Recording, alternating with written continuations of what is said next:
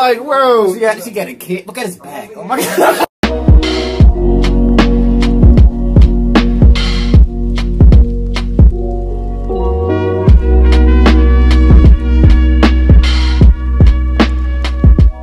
What's up, y'all? Welcome back to another reaction. This is slavery summarized on the map.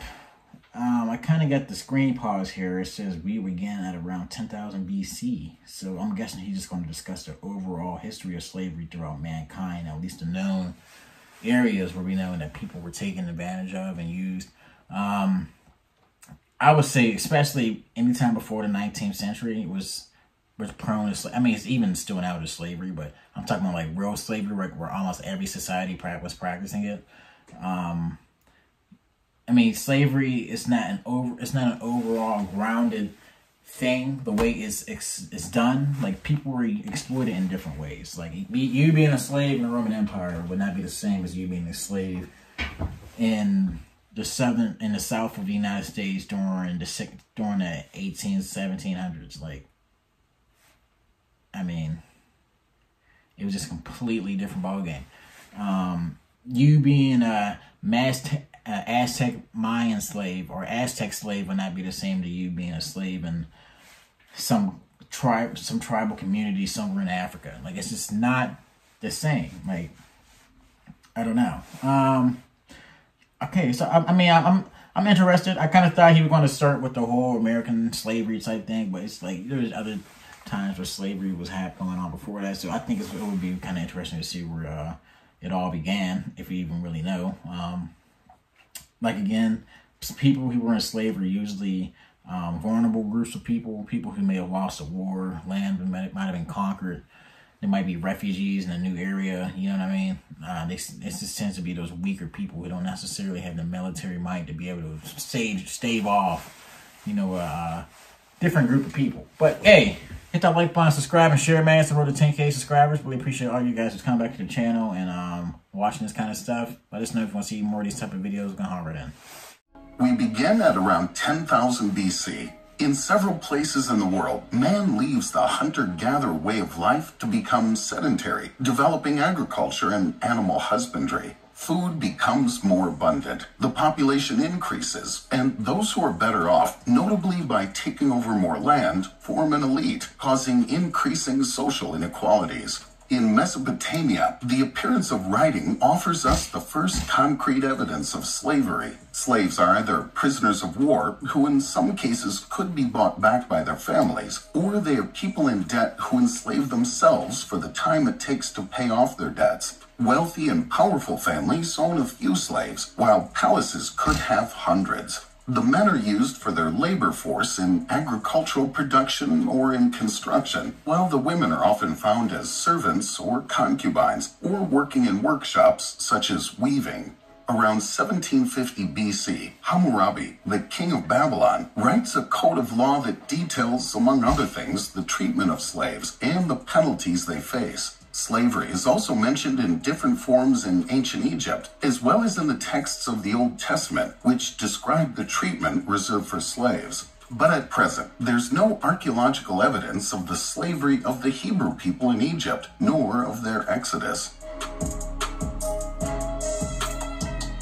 In ancient Greece, the island of Chios specializes in the production of wine, which requires a large workforce. Trade ships then leave to buy non-Greek slaves who are abducted from Thrace, Scythia, and Asia Minor. In Chios, some of them end up in the vineyards, the others are sold mainly in the Aegean Sea. The city specializes in this very profitable market. Other Greek cities follow suit, and the slave population swells everywhere, so much so that around 400 BC, about half of the population of Athens is enslaved. Later on, Rome follows this model. Slaves come from military conquests and from raids organized by merchants in the border regions where the so-called barbarian peoples live. The slaves are then sold in slave markets. The value of a slave varies according to the slave's sex and age, but around the 1st century AD, a slave is worth roughly about 1.5 years of salary. Owning one is a sign of wealth and success. The richest sometimes have thousands of slaves.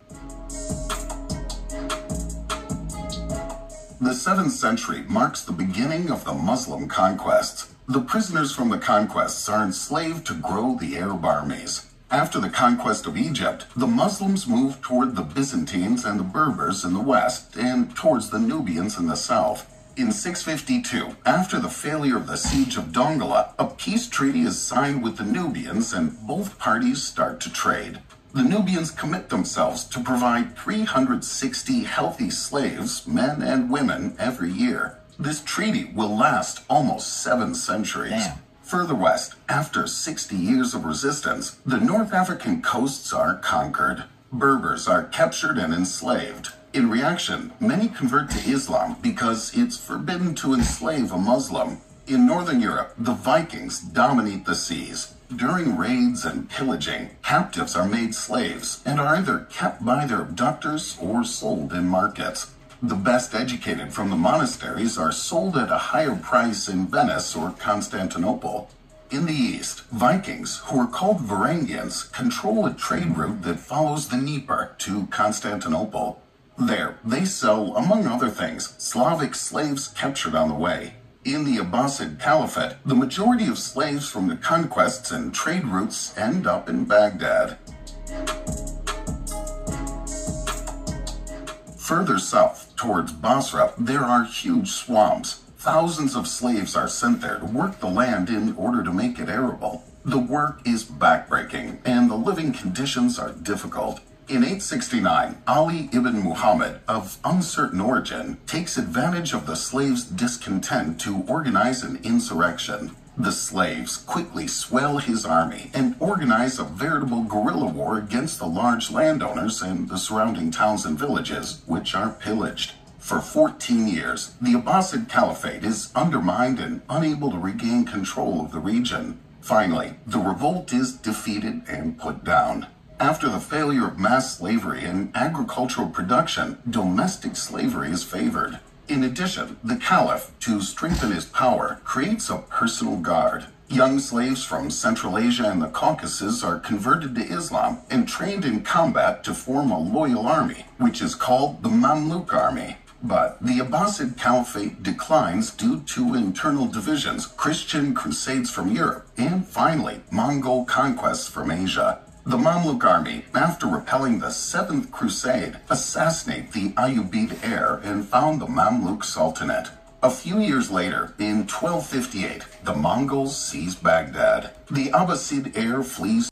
I gotta say, man, I love reacting to these videos with the crazy ass maps on them. This is a huge map guy, but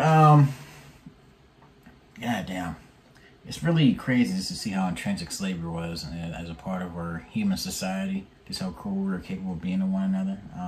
A lot of the slaves who were being passed, I don't know if it was necessarily at this time. I think it might have been further along and during the times of the Ottoman Empire, where they sort of castrating slaves, like cutting their testicles and stuff off so they wouldn't be able to mate. Yeah, but it's crazy to think that people who may have came from a certain region who end up being conquered and sold as slaves and end up in a completely different other region. Like, you can be a slave from Nubia and end up all the way in the Italian peninsula. Or you're a slave from China who ends up all the way in Baghdad, like they said. Like, you're being traded along these certain routes where resources are being taken upon, and you as a human being you're being taken with them because you're pretty much seen as a resource as well. Then you end up in a whole different world. Like, that's insane to think about. Cairo. With no more access to Asia, slaves now mainly come from sub-Saharan Africa. After the conquest of North Africa, the Arabs discovered the Berber trade routes that crossed the Sahara Desert to trade with, among others, the Mali Empire, which is rich in gold and slaves. Most are captives from animist peoples further south. The slaves are sold to Tuareg caravans that take several months to cross the desert to reach Cairo. There, the survivors are sold in markets to become servants. The majority of slaves are women who become servants or concubines. Owning a slave raises the prestige of a family, so demand increases and the trans-Saharan slave trade grows. It's estimated that between 3.5 and 7 million slaves passed through these routes over 1,000 years. To the north of the Mediterranean basin, the Ottoman Empire creates an army of janissaries, that is, young European Christian slaves, who are converted to Islam and then trained for war to serve the Sultan. Finally, the Italian republics control the main trade routes of the Mediterranean basin. All the way to the west of Europe, Portugal takes advantage of the creation of the caravel, a new, more maneuverable ship, to begin explorations along the African coast in search of new trade routes. After discovering the Akan people, who own numerous gold mines, the Portuguese navigators discover an uninhabited island that they name São Tomé. In 1483, they reach the Kingdom of Congo, with which they start diplomatic and commercial relations. Portugal provides European goods, such as crockery and firearms, which are exchanged for slaves. These are either taken to the Iberian Peninsula or exchanged for gold in Elmina to end up in the mines, or sold to Portuguese settlers in São Tomé, where the climate allows for the cultivation of sugarcane, sugar being then a rare and expensive product, highly prized in Europe. Slaves, gold, sugar, and spices coming from Asia are making Portugal very rich, and in less than a century, Lisbon becomes the richest city in Europe. Further east, the Ottoman Empire, which has seized Constantinople, now dominates the trade routes. In the Black Sea, the Crimean Tatars provided with slaves from abductions. All around the Mediterranean basin, Catholics and Muslims clash via raids. Captured Muslims end up as oarsmen on Catholic galleys, while pirates from North Africa organize raids, also into the Atlantic Ocean, to seize Christians who end up in their slave markets. In 1595, in São Tomé, the slaves, who are now in the majority, revolt. Portugal regains control, but the country is now giving more interest to the lands it controls in the Americas, where 300,000 slaves have already been sent to work in the cultivation of sugarcane.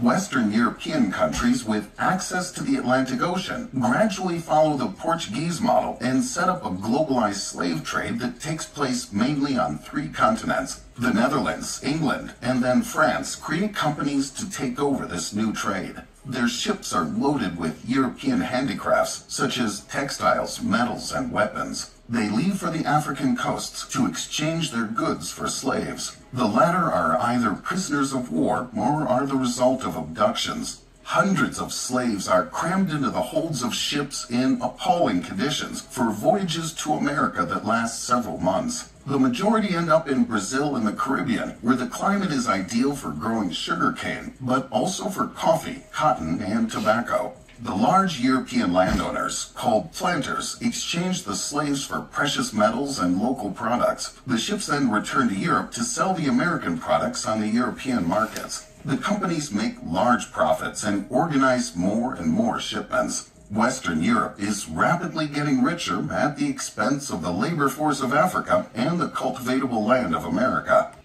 Yeah, I just couldn't imagine being delegated to being a slave for the rest of my life. Like I said, like things like that were just so much more common before in the 1900s. It's just like, I don't know, when people talk about, oh, I don't know what to do with myself, I don't know what to really take what direction I want to take my life in. It's like, bro, be happy you even got an option at all, because you could be someone else's property. And the fact that back then having slaves was almost like a prestigious thing. Like if you had more slaves, you were seen as, I don't know, they just gave them more prestige. It's just like, that's a scary thought to think about. I'm so happy I was not born that far back, because that's insane. And I don't I don't think I'd be able to deal with stuff like that. I don't know, man. Just being able to maneuver in a world like that is a completely different thing than nowadays, where you're pretty much on this big bubble in these nation states that we live in, and we're obsessed with our conventional living and technology. I don't know, but this is an interesting video. Let us know what other videos you want to see down in the comments. We're going to do a part 2 pretty soon, so we're not going to be waiting for too long on this. Hit that like button, subscribe, and share. Road to 10K. We're going to see you next time. Peace.